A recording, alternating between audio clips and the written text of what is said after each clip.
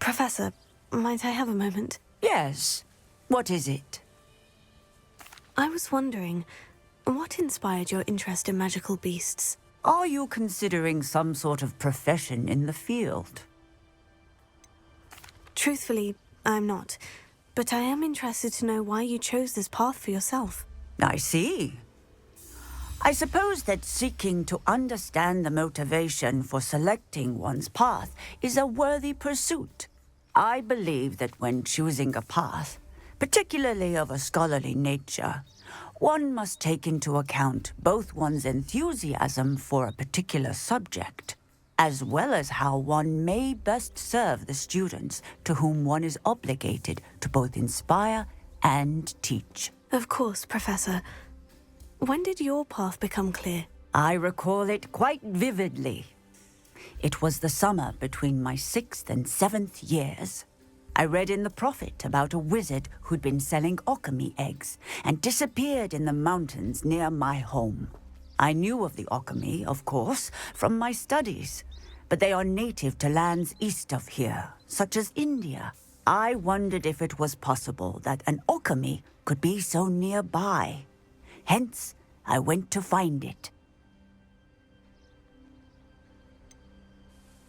What type of beast is an alchemy? It is a spectacular beast. A feathered, winged serpent-like creature that can grow or shrink to fit a particular space. Its eggs are made of pure silver, hence the desire to trade in them. Seems quite a challenge, finding an alchemy in the mountains. It was. After a few days, during which my parents grew increasingly annoyed at my absence, I found what little remained of the wizard egg trader. He was near a tree hollow, and there, inside, was a nest with 7 silver alchemy eggs. What did you do with them? Nothing. Beasts are to be valued for what they can provide for wizard kind. Protective clothing, potion ingredients, even wand cores. Only poachers see the value in ending a beast's life for galleons. I left the eggs alone. I hid, and moments later, the beast flew right over my head. Breathtaking. She then seemed to all but disappear as she shrunk to fit into the hollow. That sounds incredible. Indeed. I knew in that moment that I needed to understand all that I could about beasts and ensure that wizard kind learned to benefit properly from them. Now, I trust that I have answered your question. You would do well to continue your study of beasts, regardless of your chosen path. Beasts and all that they provide will vastly improve your life, and perhaps one day even save it. I shall remember that, Professor. Thank you.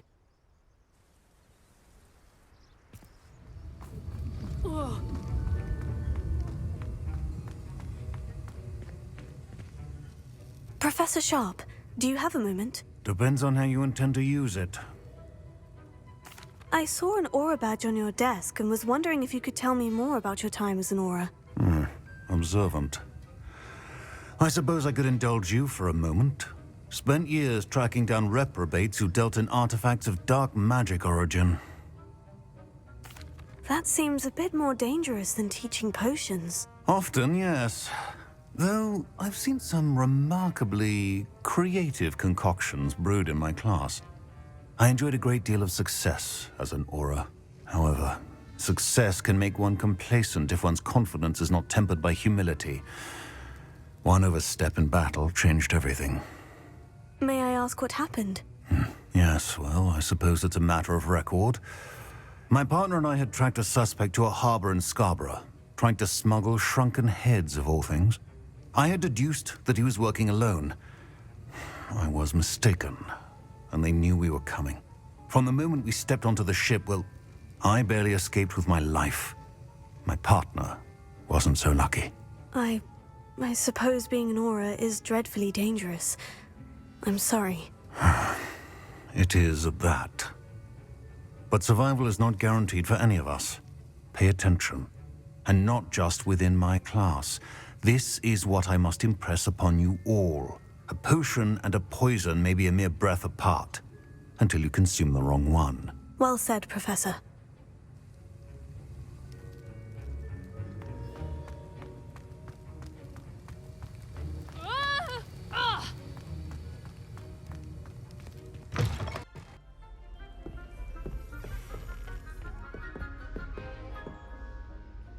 Professor, do you have a moment? I do. May I ask what attracted you to astronomy? You may. Might I assume from your inquiry that you wonder how anyone may have an interest in astronomy? Oh, not at all, Professor. I find it intriguing and wanted to know more about your work. Ah, that is good to hear. So often those who do not fully understand all that can be gleaned from the stars question astronomy's relevance. Misperceptions frequently arise due to the confusion of astronomy with astrology, the ridiculousness of which I shall not deign to discuss. To answer your question, it was my dear sister who first sparked my interest in stargazing. The two of us spent countless nights on our rooftop staring at the cosmos. It was one of the only subjects we could study together. I'm not sure I follow, Professor. Why was that? My sister is a squib. Clever, hardworking, and generous, but a squib nonetheless. The only non-magical child born to our family in generations, poor thing. Although she manages exceptionally well. Your poor sister. What an unfortunate situation for your family. Yes. However, to her credit, while she was once disappointed not to attend Hogwarts, she has excelled in Muggle school. One of the first women, we suspect, to have attended Cambridge, well disguised at the time by our mother as a gentleman scholar. And as astronomy is one subject shared between the Muggle world and ours, she and I have been able to maintain that common interest. We still sneak up to a rooftop now and then to gaze upwards, courtesy of a levitation charm rather than a trellis nowadays. Thank you for telling me about your sister, Professor. I was glad to. It is good to be reminded of all that one can accomplish when one embraces who one is. Now off you go. I am sure you've a star chart to review somewhere.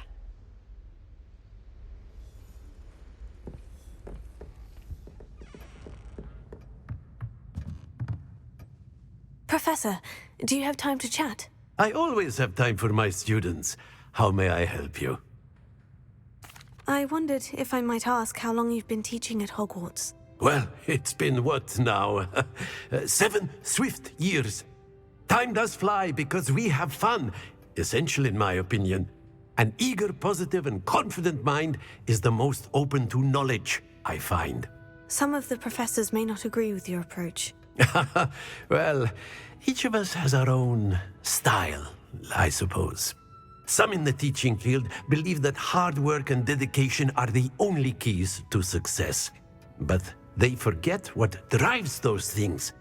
If one cannot fathom why some would expend energy on gobstones, then one is blind to the enormous power of play. And that's why you teach the way you do. Precisely. I strive to be the sort of professor that I would have enjoyed in school. My experience was less cheerful. Perhaps you wouldn't be who you are without that experience. Had I received a more traditional education, well, enough about my student days. You are here now, and it would be a shame if you didn't enjoy it. I'll do my best, Professor. Thank you for the advice. You are most welcome. Try to have a bit of fun today. Huh?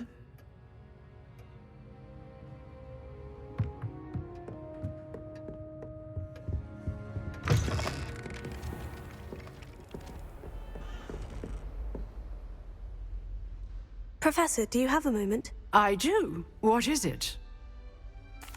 I wondered, did you attend Hogwarts? I did. I am a proud member of Ravenclaw House. Why do you ask? I was curious as to how Hogwarts has changed over the years. I see. Well, the castle itself, as I'm sure you have surmised, is full of surprises. I dare say more than the staircases change around here.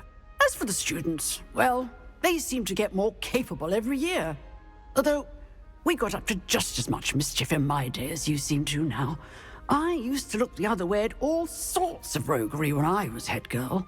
I can tell you, however, that I did once admonish a certain Phineas Nigella's Black for enjoying a sugar quill during a lecture. I hadn't realized that you and Professor Black were, students here together. Appearances can be deceiving. You see, I was once wounded by time itself. I'm not sure what that means, but it sounds horrible. Ah, well, it was the risk I took with my prior position. You may or may not have heard that I was an unspeakable at the Ministry for years. An unspeakable? What does... As you might suspect, I cannot speak about what we did. Suffice it to say, the job was not without its hazards. Now, I hope I've satisfied your curiosity for the moment. You have. Thank you for speaking with me, Professor. Keep up with your wand work. One must always be prepared for mischief, both inside and outside of the castle.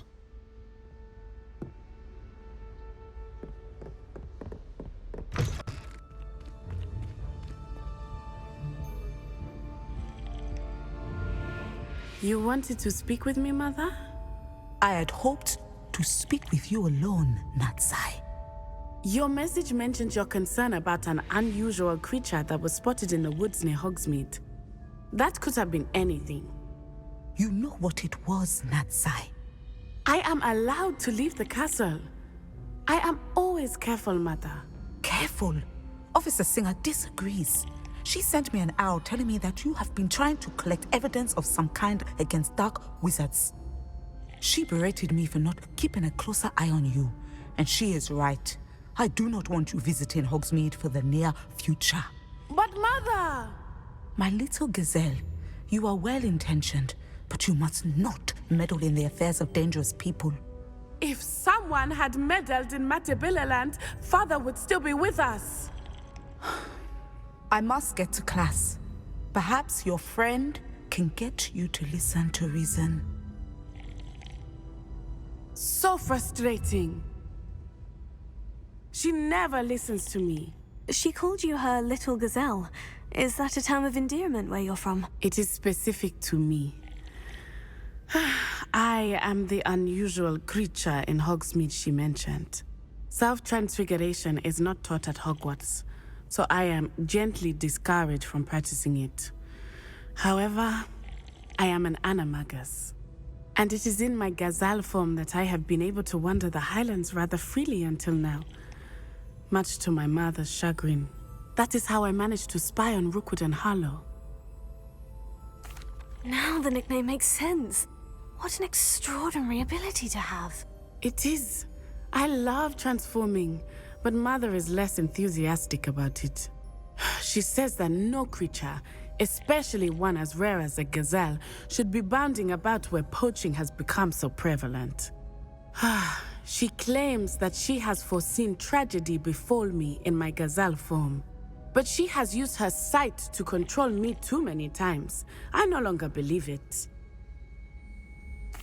She's concerned for your safety. It may be best for you to stay away from Hogsmeade for now. That may be safe, but I do not believe that it would be best. Do you? You could have fled the moment you discovered that Rookwood, Harlow, and Ranrock were after you, but you did not. I choose to act as you have. I must deal with Rookwood and Harlow, not hide from them. My mother cannot know where I am all the time. Thank you for being here during that rather awkward conversation. In all fairness, one should be prepared for anything.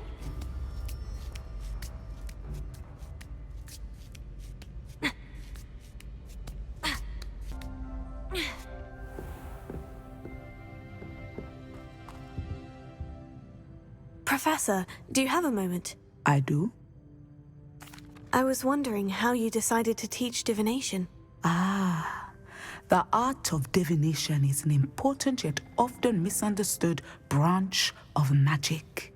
Those of us who possess the sight are rare, and, as is often the case with the unique among us, we can frequently be misread, even feared. When I was granted the opportunity to teach others about my gift and the good it can do, I was most grateful. I see. Natty told me that you and she moved here from Uganda, where she had attended Wagadu. Yes, Natsai and I both loved Uganda and Wagadu, but we are happily settled here now. I had foreseen such a change, but did not know the details until it occurred. I was glad of the outcome. You would be wise to remember that the consequences of our actions are complex. And so, divining what is to come is not as simple as gazing into a crystal ball or studying the bottom of a teacup. I'm not sure I believe that one can really see the future. We often do not believe in what we ourselves have not seen. I should hope that you will open your mind. You are a student at Hogwarts, after all. It cannot have escaped you that we in the Wizarding world are forever navigating the seemingly inexplicable. Of course, Professor. Now, I know that we both have places to be. Not because I have the sight, mind you, but because I am a professor and you are a student. I have enjoyed our conversation.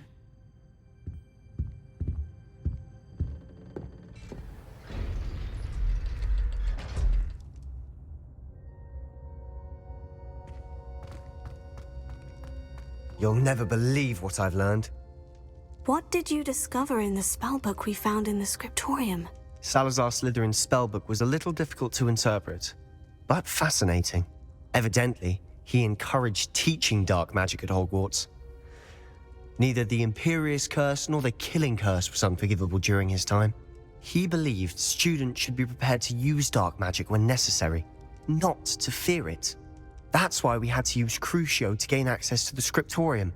He didn't want his knowledge shared with anyone who was afraid of the power of dark magic.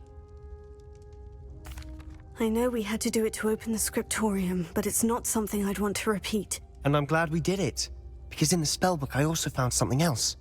References to a lost relic, which, from what I can tell, grants the holder the power to reverse dark magic curses. And you think this relic might be able to save Anne? Precisely. I plan to search for this relic, but I don't think we should tell anyone. Especially Ominous. He wouldn't understand. We need to tell him. He's the reason we found the book, and he deserves to know what you've learned. You've seen how he frets about the dark arts. I promise, I'll tell him when I found the relic. When I know more, I shall send an owl. And don't feel sorry for Ominous. Keeping this to ourselves for now is for his own good. I'll decide what's for my own good. Ominous, we were just about to get some air. Care to join? You're a liar, Sebastian. I heard everything. You swore you'd never engage in anything to do with dark magic again. No, I didn't. I said I understood you wanting that. I'd never swear to give up on finding a cure for Anne. You don't know when to stop, do you? I know when not to stop. Leave this alone, Ominous. I'll be on my way.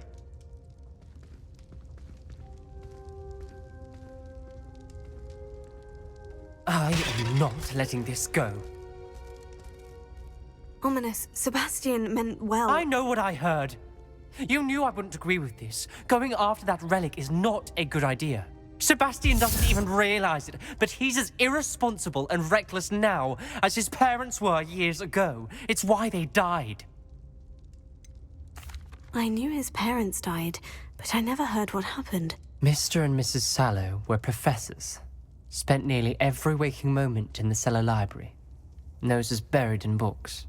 Anne and Sebastian were upstairs when it happened. They heard a sudden crash and ran downstairs, but it was too late. Their parents had crumpled to the floor. A defect with the lamp in the cellar caused the room to fill with an undetectable toxin. Sebastian and Anne were helpless. They had no magic yet. What a horrible story. It is. That's why I can't understand Sebastian's recklessness. I've practically lost Anne. I cannot lose Sebastian too. Please avoid anything to do with that spellbook. Some references Sebastian mentioned in the book do worry me. I'm glad you understand. I hope Sebastian pursues this no further. But if you think he might, please let me know. It would mean a lot.